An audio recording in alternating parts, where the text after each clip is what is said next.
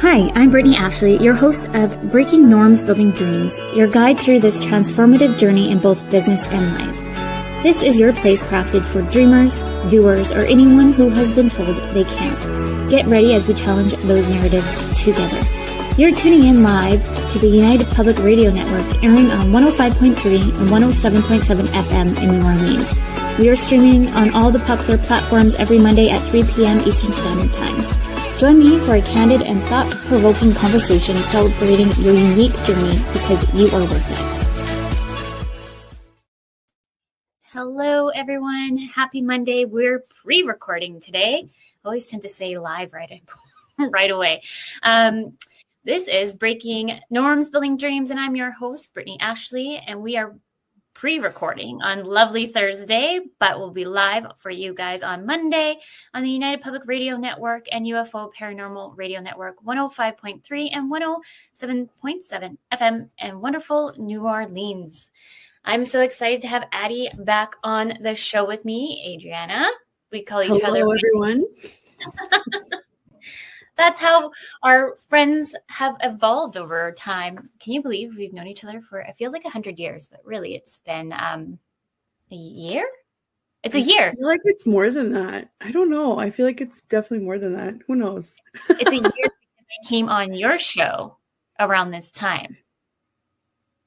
But I feel like I knew you from before that, right? Listen, guys, we started off on Instagram. I don't know if all love stories start out that way with biz friends, but that's how ours started. So yes, thank you, Instagram.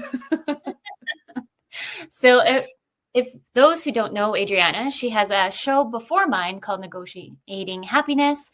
But let me just do a quick little debrief on who she is, and then I'm going to hand it over to you. And then we're digging into also expectations and realities of outsourcing as a whole, as we're both in that kind of realm of businesses. So everyone, please meet Adriana. She runs an online business management company helping small business and entrepreneurs systemize their business for maximizing efficiency and profit. 3 years ago, Adriana swapped her legal hat for that of an entrepreneur, striking out to negotiate her own happiness and live life on her own terms, which kind of coincides to why you started Negotiating Happiness on the, what time is it at again? I can't, it's 1 my time p.m. is 1 p.m. Eastern time. Yes. Time. And I'm at 3 Eastern time. I always get confused with time differences. I know, because we're so far apart. That's why. At opposite ends of the world, everybody. It seems it is. I'm in Victoria, BC, and you're out in Ontario. But one day we'll all come together. It's coming. It's coming down the line. It's coming. It is. But please maybe tell all the listeners more about yourself. And I know I did my intro, but tell us more. So I'm also a mom, and I guess this journey kind of started off that way. I was on mat leave when I decided to open up my own business, and you kind of dove in a little bit about, previously, I'm a licensed paralegal with the Law Society, and I decided to sort of move away from that and work for myself because I just wanted to help small businesses. I had gone through some personal health issues and had noticed that, there were sole practitioners, physiotherapists to be specific, that weren't answering any of my calls. So I was a lead for them, a client. And I kept thinking, I was like, wow, if they had somebody to help them fill in the gaps and to kind of take care of that side of operations, they wouldn't have lost a client, which at the time I was desperately looking for a physiotherapist. So it was just sort of a happy thought that came out of a really crappy health situation. So that's how I started. And I always think back about it. Like, I never would have thought that, those would be the beginnings. Obviously, my previous experience definitely helped. I had experience in graphic design. I worked in the insurance, like the medical insurance industry and legal industry. I did a lot of figuring things out and, figuring out how things tend to work in the world, and that really helped with operations. And I was pretty tech savvy from the beginning, but there was a lot of learning on the go as well, if I'm being completely honest. And now it feels like this was, a million years ago. And I just realized I should probably update that intro, because it says 3 years ago, but it's like 3.5. It's going to be 4 soon. Yeah. Yeah, I was going to say, I feel like when I was reading it out loud, 3, I'm like, really? No, it's been longer. Yeah, it's definitely been longer than that. That's only since I've started running it full time. I actually was doing it before part-time, right? But I just kind of counted it as whatever the case may be. It does feel like a lot longer. And I started doing the radio show a year and a half ago, roughly. And it's been so cool and so interesting to meet all of these wonderful entrepreneurs. And we tend to kind of have similar stories of, where did this amazing idea come from? And it typically comes from pain, from problems, from things that you think that you can't handle. And it's funny how that shows that, yes, you can handle it. And, it just shows how that kind of attitude would be beneficial through your entrepreneurship journey, because you're never not going to have problems, right? Like that's just life. Yeah. And even too, like right now, the economy, let's talk about that a little bit. Yeah. Because I know we're not the only ones. The economy right now is a little bit rocky in Canada and in the US. We can see it. It always seems to be rockier too around election time. Let's be honest. Yeah. And then also too, we're still coming through it from the whole experience through COVID. So we're kind of in a double impacted situation over here for everybody. So anybody listening who's a business owner who thinks that you're struggling, you're not the only one. I kid you not, every phone call I've probably had this year, everybody is either going back to a 9-to-5 or finding a part-time gig just to sustain the business. Yeah. So you're not the only one. And so no, please keep that. Yeah, I can relate to this. I feel like the summer slowed down a bit for me. And as a result, I had to cut back on some of the help that I was using, which is always unfortunate. But I had to adjust, because I needed to keep everything steady and level. I'm thankful that I was able to at least have, steady income come through from the business. Yeah. But like you said, a lot of businesses were not in that position. And how do you pivot, right? Like we talk about this all the time. How do you pivot? How do you bring new things in? How do you can't change the economy. Obviously small businesses sure contribute to it. A lot of businesses, I think is something crazy, like 90% of businesses are small businesses, right? Which might not seem like it. So that just shows you how many entrepreneurs are out there. So you're not alone. I also have picked up those phone calls where either people are pivoting in their businesses, adding new services, or just completely cutting out parts that are, either hemorrhaging time or money. That's just the name of the game, I guess. You just have to know when to stop. Here's the other part of it. Sometimes, depending on your industry, you will boom. And you might also lose those leads or those clients because you're not set up to deal with it. So for me, I've noticed that sometimes summer is, kind of a decline because people are going on vacation and whatnot. And then September hits and everybody forgets that, we just had a whole quarter of sunshine. Yeah. In the southern Ontario and like all the, like kind of southern Canada is, normal weather, temperate weather. And then all of a sudden everybody wants to do 2 quarters worth of work in the last quarter of the year. And it's kind of like, okay, like let's breathe. So if you're not set up to deal with that, there's a potential that people will walk away from it. Right. So then I've had to now figure out, what am I outsourcing? And what kind of projects am I welcoming? What kind of projects am I not? And I mean, you and I work on certain things together, and I'm happy that we have at least each other to depend on, right? But outsourcing can save these kind of weird ups and downs if you think about it, right? %. I actually just did a presentation to real estate agents, because we work with a range of industries just like you, and one of them are real estate agents. And I was just sharing with them, I don't know if I can present, can I? Yeah. Let's try it out. We're learning as we go here. Let's see. If this will work. So what I was just showing, so if you can see these numbers here, so stats and numbers, I think, tell you everything. And the one thing here is all about outsourcing. So this is like a global number that in 2023 that Forbes found. So this is all from Forbes. 731 billion were expected to hit in just outsourcing alone. Right.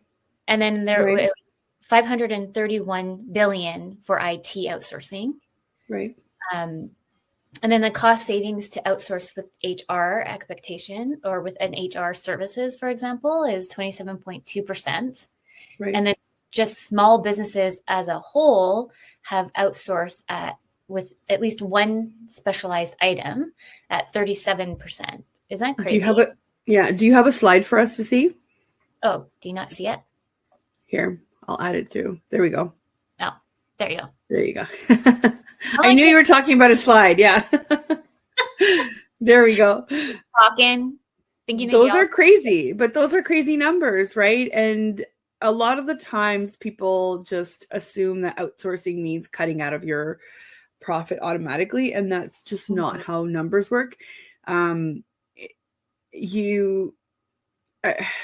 kind of goes back to the whole, you're gaining back your time, which means that you can then bring more to the table because you are the person that's doing the high level thinking, the idea person, that whatever else. So once you put the numbers down, like for example, when I went away on vacation, I outsourced some of the admin work and the back and forths with clients because that kept them happy. And not only that, things kept going in my absence. So that means that all of my billables were coming out on time. Yeah. Right. And I was getting paid even though I was away. So yes, it cut into my profit, but without that, I wouldn't have had those billables come out at all. Right. And if you do the math, obviously on profit, and if you're billing correctly, and if you're charging for your time and your expertise correctly, this will actually increase, over time on what you can do. So even when you're not on vacation, right? So if I'm not on vacation, why am I spending time to make social posts when, sometimes I like to, and that's fine, but why am I spending time to do all the consistent stuff when I can outsource that out and work on getting the big projects in, the big, it doesn't make any sense, right? It doesn't make any sense. Or how I say, going to networking events and people are like, oh, that's not in the budget. And I said, but if you think about your conversion rate from meeting people face to face and shaking a hand and or just gaining a business friend that maybe in 6 months down the line they remember you and they refer you somebody, that $100 that you spent on that dinner where you got a dinner out of it and potentially some valuable information from speakers, entertainment, whatever the case may be, versus the project that you're walking away with. Like, people don't think in big pictures, they think in expenses right now. And that's just not how your year is going to shake out. That's not how your first 3 years are going to shake out, your first 5, 10, whatever the case may be. Right. And I almost wonder too, I wonder if when people start thinking about their finances and how they outsource too, I almost wonder if there's a scarcity there. And a bit more lean back into trauma around money and all of that. Right. Side note, I'm in a course called Trauma Money, and we're only 3 courses in. It's something that I'm trying to add within my business coaching because I find when we work with entrepreneurs, they get kind of caught up in the money piece. And like my thing is I'm pretty good at organizing, and like my accountant loves me. It's called type A personalities, Britt. But the thing is like I have severe anxiety if I know that I need to go on and pay for Revenue Canada, or if I see Revenue Canada like sends me a message, I'm my like, God, what did I do wrong? I know everything. Or, but then there's some that just are behind in filing, and they have that anxiety too. So it's from one spectrum to the other, and it's like, where does this come from? So this whole thing, trauma with money has been like eye-opening a lot, and just it's making me think a lot more about my journey with money, and all like the whole tier. Like I can't say enough things about this program, because they want you to practice on yourself before you go.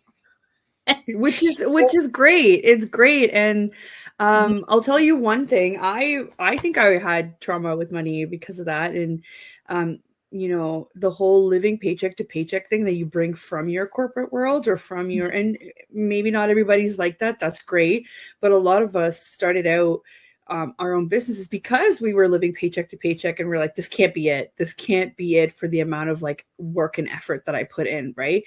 So you carry that through until you realize that you now have the power to change it. Right. But it takes a really long time to figure that out. And the one thing that really helped me this year was implementing, I guess, what they call a bank account architecture, like a bank architecture. So you have more than one account where not everything is just like a giant pool of money.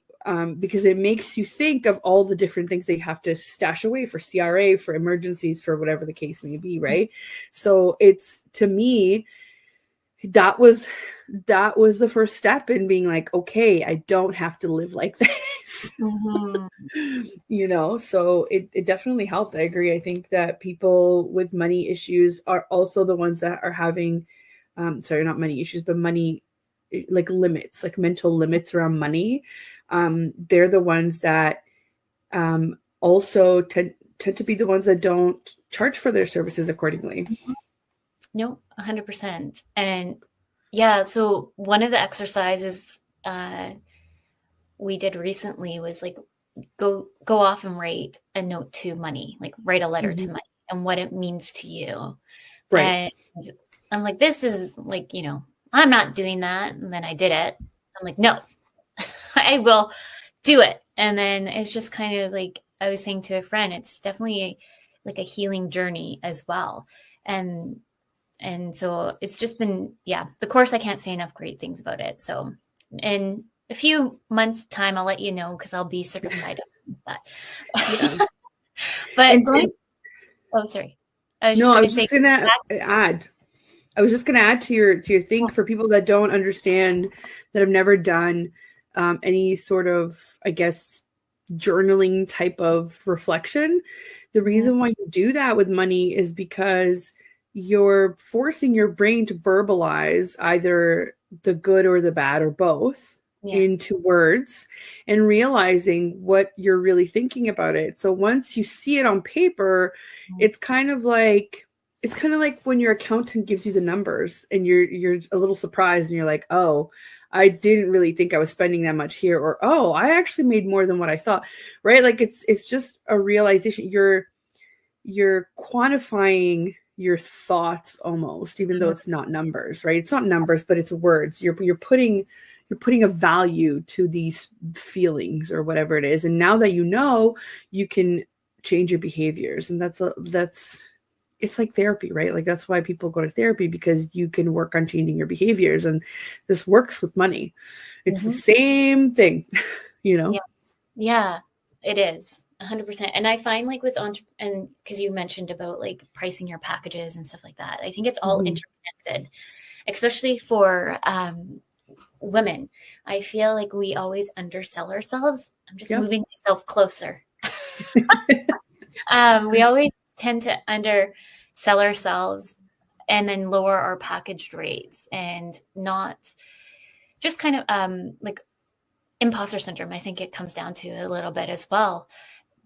we think that why would somebody pay for this because we're not worthy of it? But really it comes down to that we are all worthy of it, but how can we change our mind frame? And I was just talking to you about Lindsay, who's my coach.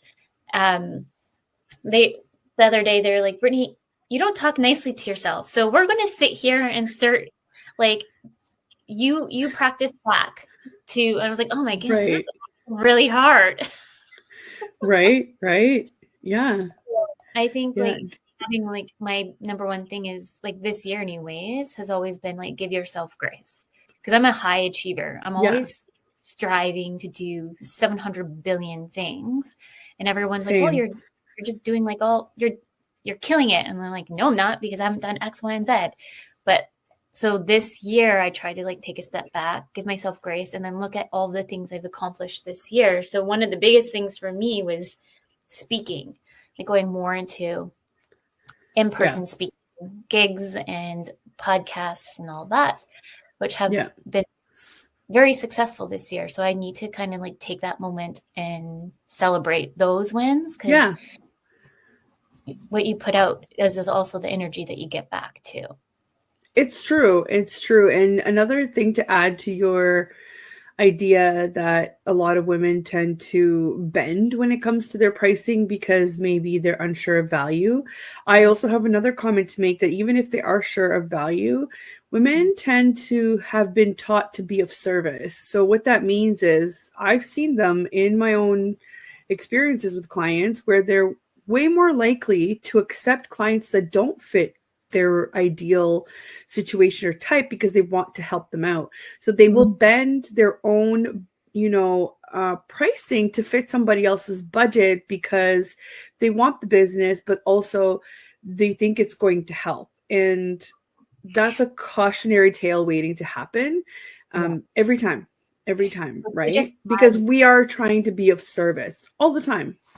Yeah. And I will go above and beyond for clients because I want everybody to be happy. I'm a people pleaser. And like, I just had this conversation with you not too long ago about a possible client that I did end up not wanting to sign. But the thing is like, I was saying to you, I'm like, I'm getting like shooting pains in my arm. Like, and like, that's like, I know that's going to give me probably a heart attack, and I just can't do this, but I'm trying to push myself to accept it because we need money. And then it's like, you know what, let's drop it because it's like killing my soul.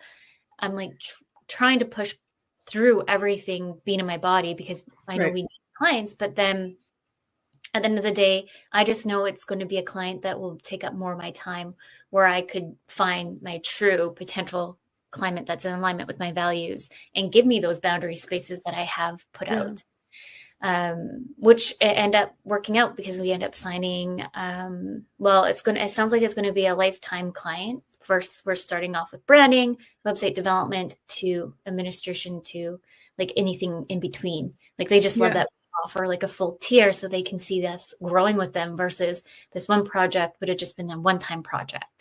So I think sometimes like giving yourself the space to reflect when you're feeling like something's not in alignment and why it's not in alignment, and then accepting too that it's okay to say no. Yeah. Well, that's the thing. You're making room for something else that fits more. And that's not to say that this client that does not fit in your parameters now is never going to fit. Maybe they will come back because they appreciate your honesty or your integrity around things and being very transparent around money and time and effort, right? That doesn't mean you're shutting that door forever. It's just, if it's not a good fit right now, it's not a good fit right now. And people just need to accept it. Right. And this is exactly how it works with outsourcing too. Like you should have certain expectations, right? I remember when I first started out, I had put out this freebie that was, 10 questions to ask your VA before you hire them. And there were so many people that were interested in it. I was really surprised. I was just thinking this stuff is common sense. But again, it's not. It just shows you that you kind of have to go with your gut on certain things in entrepreneurship. And a lot of the questions to me seemed very like, this is setting expectations and boundaries. And a lot of people had bad experiences with VAs or with outsourcing. So it turned them off from going forward with services like these, right? And a lot of the feedback that I got on it was, you know, I never knew when they were working, or I would just give them tasks and they wanted it in a certain format, and whatever the case may be. So it just shows you that even the people that are supposed to keep you organized, they also need some structure, just like your business needs structure. And that's how you set these boundaries in place and these expectations in order to have a successful relationship. But once you have that in place, it is so much easier to see the value of your this transaction, like, you know, outsourcing and whatnot. Yeah. And before I see here that you've changed your slide on what is a virtual assistant, which is great. I usually describe them as the doer, right? And then with the OBM is the thinker. Sometimes we do both anyway, right? Yeah. So you can, yeah, that's awesome. You did. This is a slide. This is all the presentations I presented to all the real estate agents, because I find a good chunk of people, when they come to me, they actually end up needing an OBM, not really a VA, or they might need both. And they're not even ready for a VA because they have no SOPs in place. They have like nothing. They just want to start. Yep. I always say this, you need an OBM first in most situations before you get a VA. Yeah. Exactly. So like in this, for anyone listening who can't see the screen, more or less, VAs are very task-oriented support, and then you have OBMs that are strategic management. But I like to kind of get people to think about the level of authority versus, like, a VA would be limited decision makers, where the OBM has authority and has autonomy. So it really helps break up the two. So you and I work with an interior designer, and we do both. You and I are similar, where we wear both hats. Go between an OBM, VA, and we analyze, we do strategy, and then I wear my coaching hats. So we make a great team. Get it done. Yeah. That's so funny. Yeah. And it's great to have these distinctions, and just to put it out there, this is so new for the world, because I laugh at myself, because I get a lot of questions sometimes when I meet a lot of new people. They say, well, what's an OBM, right? Or what do you do? And I'm sort of getting really sick of telling people what I do, which is terrible for networking and for putting yourself out there. But this is in like a personal setting, let's say, right? Not in a professional setting. So please don't cast judging eyes on me, but I'm tired. Okay. I'm tired of telling people what it is. This is a perfect chart. I feel like saving this on my phone and just be like, let me give you a presentation. Well, like I mentioned to you, like, I feel like more people understand like fractional operations. Yes. That's why I end up changing out the website a little bit with that kind of copy, because they're like, oh, I get it now. For some reason, people seem to get fractional business managers than online business managers. Overall, it's just, we're in the online space and we know how to manage everything under the sun to make your business successful. Right. And sometimes it's just picking up the slack where you can't, right? So sometimes it's just being that right-hand person for the business owner. And sometimes it's being that person when they're not there, or being that person where they're just not really sure how to manage it. They're not really sure what to do next, right?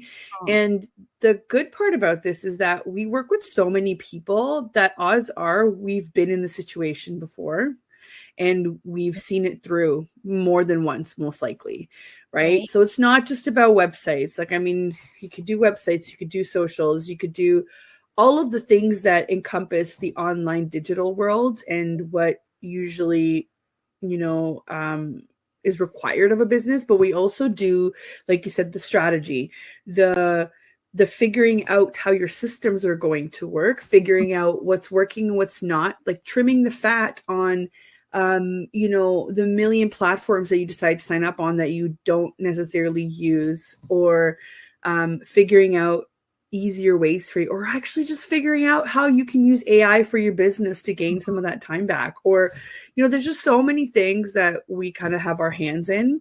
I like to say that we like to figure out the puzzle behind closed doors while you're the one going out there and getting the clients and doing development and going to networking and doing all of the things so that we can still service your clients while you're doing all of the things. 100%. Right. And I feel like a VA comes in and supports us. And so we're the middle person, right? So a VA comes in support. We have VA services and we have people that we work with that are VAs. And sometimes we do the VA work too, because it's just the nature of things. But the VA is the one that's there constantly. So we put the machine in place in the background of operations, and the VA is the one always checking it, making sure that things are going right through and doing the communications and whatnot, while we're the okay, how can I make this better? How can I, allow the owner, the CEO, whatever the case may be, to do their, be in their zone of genius, because I might not be able to be a real estate agent or an interior designer or, a director on a board of directors, whatever the case may be, but I can deal with operations, right? Yes. Yeah. So like I gave this example to some real estate agents of how to utilize a VA and how to utilize an OBM, and not necessarily, they don't have to be full time. So say you hired the VA for 20 hours to get your admin done, your client customer care done, so maybe social media, and then your OBM is working with the VA to make sure that they're getting the stuff done, doing strategy planning, project planning, all behind the scenes, while the realtor is out on like networking, because networking is big for a realtor. So and being the forefront and making those relationships and being right there to meet the people are very important. So it's full tier on what you can create. Instead of hiring a full-time, part-time employee, you can definitely outsource all these things to a VA or OBM to get it done. For sure. And it's funny, in the last like 2 or 3 years, I've done a lot of event and training planning as well, which is kind of cool for me. And travel planning too. Sure, that could be a lot of the admin work, but talking like trade shows. So we had to figure out logistics of how are these things getting shipped across the country? What do we want the booth to look like? What do we want the swag to look like? What's the presentation going to contain? Down to a schedule of who was going to be at the booth to address the questions, who was going to attend the talks with the speakers, when is everybody having lunch, that kind of thing. Like, it's so, we get so granular in the strategy and the planning of things that we then also end up using the VA, or if you have staff, we also end up being that communicator and the person overlooking, the person that says, okay, I need you to take care of this part, this part, this part. Like, we are managers, right? We manage the resources and the people. Yes. This slide here is just kind of, for anyone listening, talks about kind of pretty much you get to maximize your overall potential and why you hire VAs or OBM. So it's the cost effectiveness. You can hire up and you can hire down very easily versus with a full-time, part-time employee. And then also too, you can hire for specialized services as well. Right. Sometimes a lot of people are like, yes, I have a full-time employee, but that employee might not know how to do website changes. Right. That's a huge benefit for me.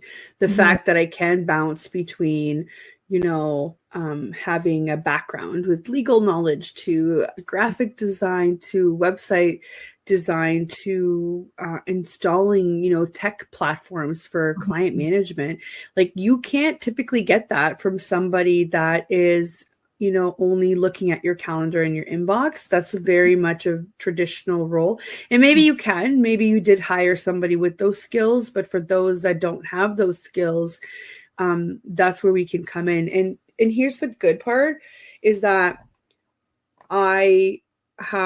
because Britt and I have, like, you and I have, similar services, but we have different access to expertise, right? So your VAs are, they have different backgrounds. Anybody that I work with have different backgrounds. I mean, we just the other day, like, we're not just making this up, just the other day, like, we swapped, contact for conversion copywriting, right? That's a specialized service, conversion copywriting.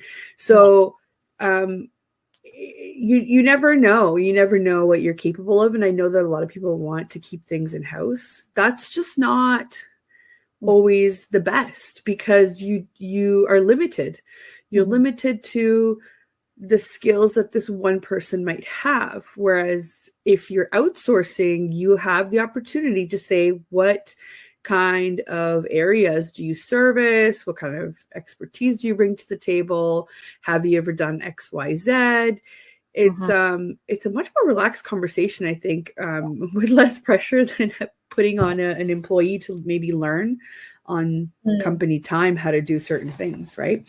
And a lot of VAs, OBMs, because we are entrepreneurs, end up having, I would say, I'm not going to tell all of us that we have it, but we have usually ADHD. Okay, you don't need to tell everybody our secret, Britt. Okay. If we're not constantly learning or challenging ourselves, giving ourselves that extra dopamine, like, we're just bored. It's not that we're a good employee, right? Like, that's why I figured out finally. I'm like, I realized that I'm the worst employee ever, because once I've learned it, I'm done. Like, I've learned it, on to the next thing. Like, what's the next thing? Yeah. The employer I'm so bored. I literally have anxiety and, like, borderline on, like, nightmares, because I think that I'm falling behind with tech. So if I don't stop every so often and, like, look up new platforms or figure out, like, how can I do this better, I literally hurt, like, mentally and physically. So yes, ADHD is a blessing and a curse at the same time. Yeah, and I have the mix in with dyslexia. Like, I've been diagnosed with dyslexia. I have not been diagnosed with ADHD, but if you've watched some of the last pre-recordings, I've had researchers and those who are ADHD experts being like, did you know you have ADHD? Thanks. Okay. So they pretty much diagnosed me without me being diagnosed.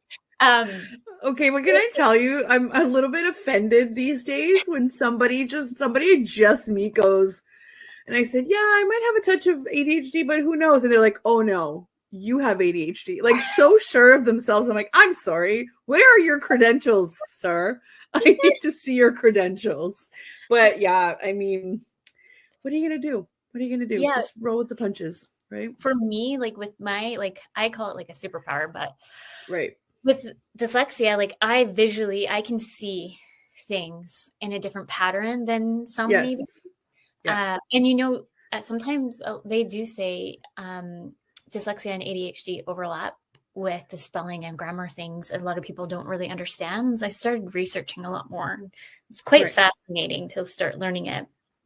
But yeah, if anyone's wondering of why we need to always be given stuff. You don't need to air out all of our dirty laundry, but okay, whatever, I guess, right? But let's go maximizing VAs and OBMs in your business overall. You get to really scale up if that's what something you want to do. And then you can, the VA world and the OBM world, we're so good at online really collaboration benefits. So we overall can really come on another level and think of different ideas that you might have not even thought of. I do have traditional clients that have, like a brick and mortar business, and I do go into their office sometimes.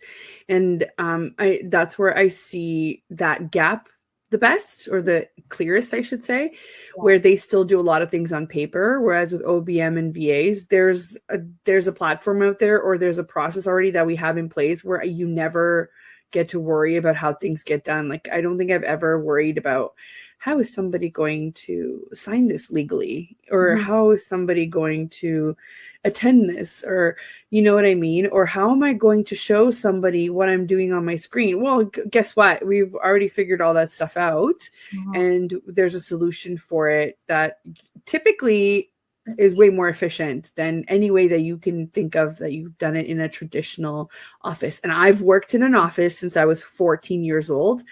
I'm telling you, I've seen it all, of people trying to patch together things to, you know, different processes and whatnot. And we've been given all these tools that are not being used, right? And a lot of the times these companies, because they're so focused on getting the actual work done and getting billables in, they just forget, and then they kind of fall behind of everybody else. You know, like if you're still running your business from Excel sheets, I love you all for having the grit and the determination to make that work for you, but that sounds like hell to me. I know people who still send out invoices from Excel. That's crazy. That is bananas. That is bananas to me. Okay. And I'll say, I'm saying it obviously in a humorous way, because you're spending so much time trying to troubleshoot really old platforms, or platforms that are this close to breaking and leaving you with corrupt files, which gives me like internal anxiety and rage. Yeah. That you don't even realize until something like that happens. So we just know, we've seen it, we've dealt with it, we've you know, put people over on different systems. We've seen that not every system can be the best system, and we work with custom solutions. I think that's probably one of the most important parts. Like, we're making your business run to your level or to your ideas. It's not the other way around. Exactly. You know what I forgot to do? And because I'm so involved, like so into this conversation, I forgot to put banners up. Oh, and a midway intro. We're, you know, we're on the radio. We're live, pre-recorded, but live. I know. We're just like right into it today. I know. So if anyone listening or watching us, please like and follow and support us here or go follow myself at Creative Dynamics VA at the bottom screen, or go where's yours? Instagram, right here. There you are. Yeah, mine's assistant.ontario. Super easy. Yeah. I could find you easily in Google. Looking at the expectations too, just for your finances and outsourcing, I find like I really try to educate the realtors the other day on this piece, because I find everyone's talking about, you need a VA, go get an OBM, or go do this and this and this and this. Well, have you even thought about your finances? Can you afford that? Because the number one thing I'm finding when we work with some people, they've all of a sudden like, oh, we can't afford that bill because we didn't map it out properly. So really assess like your current financial health, compare cost to outsourcing versus in-house and how much you're going to save. Define your financial goals, and really elevate, like look at your return on investment as a whole, because we're like, for realtors, like they're on the front line. So they have to be really in the front line to make those sales. Well, a good chunk of us do, let's be honest. Making those connections and then looking at the financial risks overall. The other thing too is with industries like that, right? And that could be for mortgage agents too, and other, I mean, they're all regulated by different bodies in Canada here. And so there are some things that they can and can't do, which fair. But typically solopreneurs like that, where they don't have the support, because not a lot of realtors will have in-house admin provided by their brokerage. Not all of them do. Some might, but not all of them do. You have to look at what's a direct return for investment and what's an indirect one, because it's very clear to me that sometimes we value things like marketing, having a marketing budget more than having, admin help or having a setup done for a platform because they don't see the direct return for investment. Because marketing, they say, I can measure, there's a quantitative piece of information that I can get from it that says this is bringing me X leads a week, and this is now converting to XYZ. Yes, but when you're spending more time doing the admin or figuring out a platform, you're losing out on opportunities to go make those connections and go get those in. So what is a direct and indirect return for investment? That's something that you should be thinking about. And if you're not sure about your finances, do a range and have your, what is your cutoff, right? So is it a percentage? Are you saying I can spend 5% of my of last year's, income on this? Or can I spend up to 10% and then stick to it and then adjust as you go? You don't have to, put an exorbitant amount out there, especially if you're at the beginning. This is why I always say is you don't need a VA. A VA typically is somebody that you need all the time. If you start off with an OBM, you can do it, like we said, it's a fractional operations manager. So you can do for smaller periods of time, but that will give you more to think about. To say, okay, I've done all these things on my list that have been sitting there for a year. What next? What else can I put into place? And the other thing, I had a really interesting conversation is everybody's getting this subscription fatigue because every platform now is riddled with, you have to, even Canva just raised their prices. Oh, did they? Right? No. You have to check because it was kind of ridiculous. People on the internet were losing their minds about how much they've raised their prices. Yes. And we use it all the time. So they're getting subscription fatigue. So they'll say to me, no, I don't want another platform, until I'm like, okay, all right. I was like, let's do some quick math. You're going to hire a VA and you're going to pay them, I don't know, $40, $50, $60 an hour, whatever the case may be, depending on the expertise, or if it's an OBM, whatever. Or you're going to pay $25 a month to take care of a couple of hours that it would have taken somebody else at a higher rate. Now, all of a sudden, that subscription is the right choice. What you're doing is you're putting the investment of the setup and the setup of the system, you're front loading it. So again, what's your cash flow look like? Can you afford it, or can you do it in chunks? Or do you just want the strategy? So why don't you just do a consult if you want to DIY it and learn it, right? There's so many options and people just don't really, don't do the math. Well, yeah. And I think unfortunately with social media, the notation of you buy my course, and kind of the theory of we're just having this conversation about this on another conversation about it. There's actually a really good podcast to listen to, but let me see if I have it up here. But it kind of goes in a bit to certain people that are out there and they actually have a lot of money to produce these things, and they're just more advertising, buy my course and you're going to get millions of dollars like I do. But it's really in the reality of it. It takes time. Just like Rome was not built in a day. Business. Yeah. I actually have a really interesting story about that. That I didn't think about it until someone else told me this. This is a true story that I know from another entrepreneur. So I don't know if people are aware of what a mastermind is, right? It's kind of like the idea of a course, except it's live and you're getting, advice and feedback, and you're doing things together in a group of other like-minded individuals, or with usually a coach or a mastermind leader that has the experience or has a lot of value to offer to a group of entrepreneurs, right? So I did one and it was great. And that's there's obviously so many out there. So if it's not a course that people are typically trying to sell you, they're talking about masterminds, because I find that you probably get more value out of it, but they are more expensive typically. It's not just like an evergreen course that you can just kind of go through the modules yourself. You're getting live, you're getting this feedback and access to all of these different people that may be in the same situation as you or have gone through this. So it's very valuable. Yeah.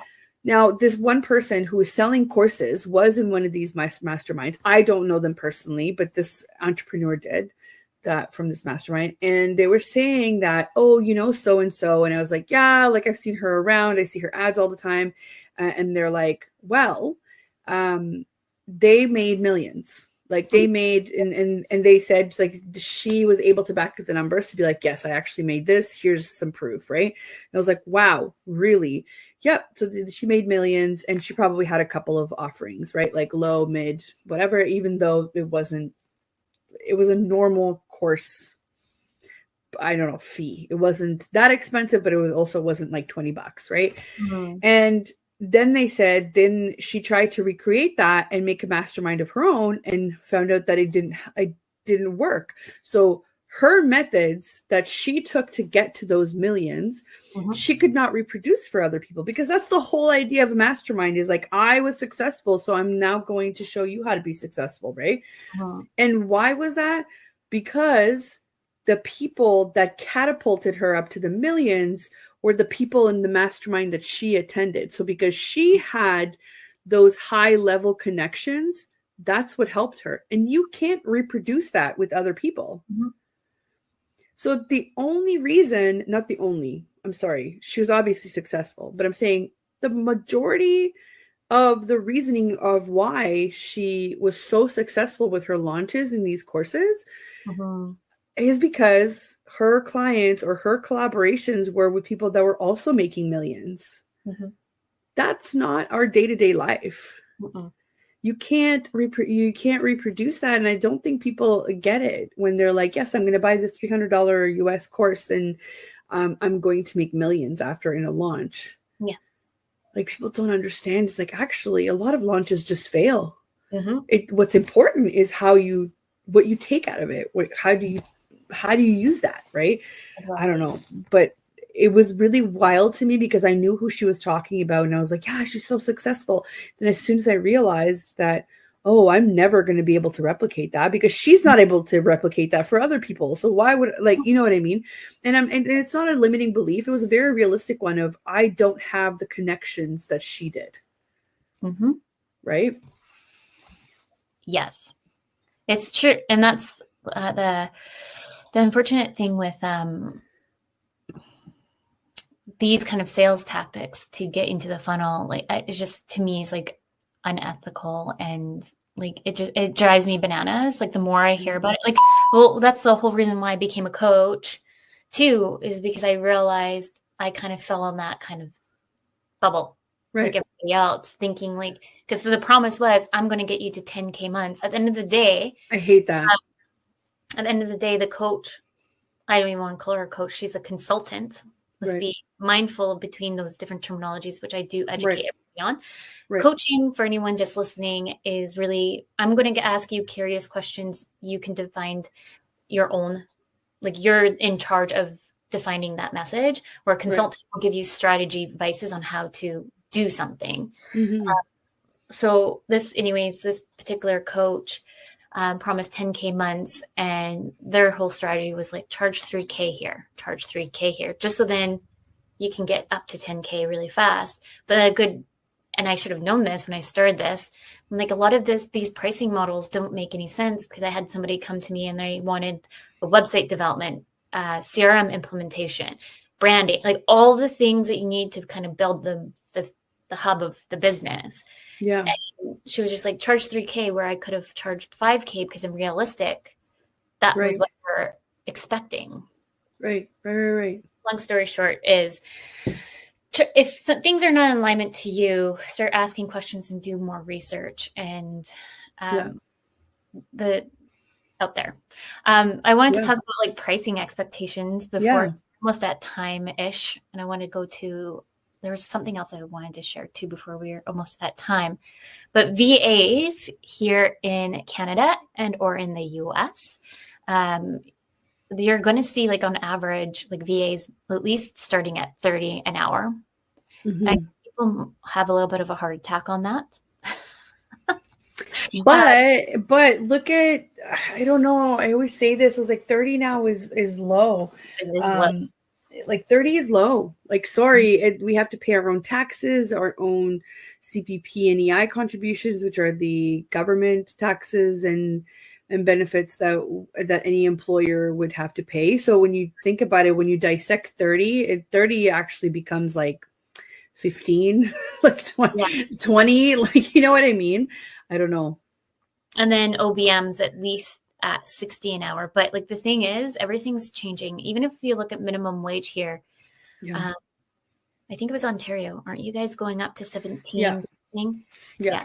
And I think here in BC, I think don't quote me, but at the point is that we're almost minimum wage here. People who are just starting out and has no expertise, nothing, have not, like, I have my BBA in marketing communications. I've worked in the tech industry. I've had years of experience in the tourism hospitality industry, events, like all these things. Right. And then you want to pay me like nickels and dimes for my ideas. Like, sorry. Right. No, but it's true. It's true. And same here, right? Like I don't know, got a BA from, University of Toronto, and like, that's not cheap, if you start looking at it, then a postgrad, then all this, different experience in different industries. That's what you're paying for. You're not just paying for my time, right? And that's when people start getting confused, is you're not just paying for my time. You're paying for the time that I've previously spent to get to the level that I'm at. And this is, it's so funny because very traditional industries go through this a lot. Like, why do accountants and lawyers charge so much? I was like, well, they literally spent like, 8 to 10 years in post-secondary school. That was very, very expensive. And then they're going on to get the actual practical experience. That's what you're paying for. It's not just their time, right? Time is just a way to measure, but you're paying for the experience. Same with accountants, right? They have to get certified, etc. Right. Yeah. We're almost at time. So any last minute thoughts? And I want to share your quiz that you built. Why is business so hard? Right. So this is supposed to kind of point you in the direction of which part of my business am I missing out on? Which part should I focus on? It's kind of like to take it. If you think that you're missing a couple of steps, this might bring you some some clarity on it. You can find it on ontariosystem.com/business-efficiency. What I should have put it on I should make it into a pop-up or something, but even if you go to ontariosystem.com, I'll make sure to link it on the homepage as well. Take it. It's free. It'll ask you to sign up for our list. Full disclosure, I've been so busy that our list maybe gets an email maybe once or twice a year. So, but I mean, that's good for your inbox, right? I can't handle all the emails that come in. So I figured that's okay. It's just supposed to point you in the right direction of maybe you need to focus on systems, or maybe you need to focus on marketing, or maybe you need to focus on other. And at the end of the day, if you have more questions, I'm happy to answer my DMs. If you want to go on Instagram, assistant.ontario, you'll find me there, or send me a message through the contact form, and we can definitely help you. And if you're a fan of Brittany, odds are we're going to be working together on some things, so don't be shy. Combo effect. I'm just switching through the slides really, really fast because I just wanted to show, if anyone's watching, you can scan the QR code and it takes you to my, I guess you'd say opt-in, and it's called the Everything Bundle. And so I have a 38-page free ebook on how to outsource, what to outsource, kind of your communication style, like everything in there for you to kind of work through. And then we have a bundle on imposter syndrome and how to overcome it. Amazing. And then there is whatchamacallit, what else is in there? I did so much in there for you guys. So overall, it's a whole bunch on sales funnels and pipelines as well. That's what else. Yes. Yeah, I'm literally, so I just scanned the QR code. So I'm on it right now. That's awesome. Yeah, it says crush imposter syndrome, master outsourcing, and scale. That's awesome. Yeah. So if you're just listening, you can just go to www.creativedynamicsva.com, and it's the opt-in on the home page there for you. So you can come in, and I was just saying to all the realtors, I'm going to be adding to it. I had an idea to do on how to create SOPs, because why not? Let's just make it a true everything bundle. Be careful, your ADHD is showing. Somebody did download it, and they said that it's one of the best things that they have seen in a while. So amazing. I was like, that's good. So that's good. Amazing. Well, we're already at time. Thank you so much for coming into the show today and pre-recording, because for those who are not in Canada, it is Thanksgiving. So it's Thanksgiving long weekend here in Canada. Mm-hmm. So if you're just tuning in, please tune back in to Breaking Norms, Building Dreams. A big thank you to United Public Radio Network and UFO Paranormal Radio Network, and to all the listeners out there. Next week, we have Lindsay coming in. I don't think we have a topic yet, but it's always a great show with Lindsay. They're coming back on the show again. With that, everyone, remember your journey is unique and your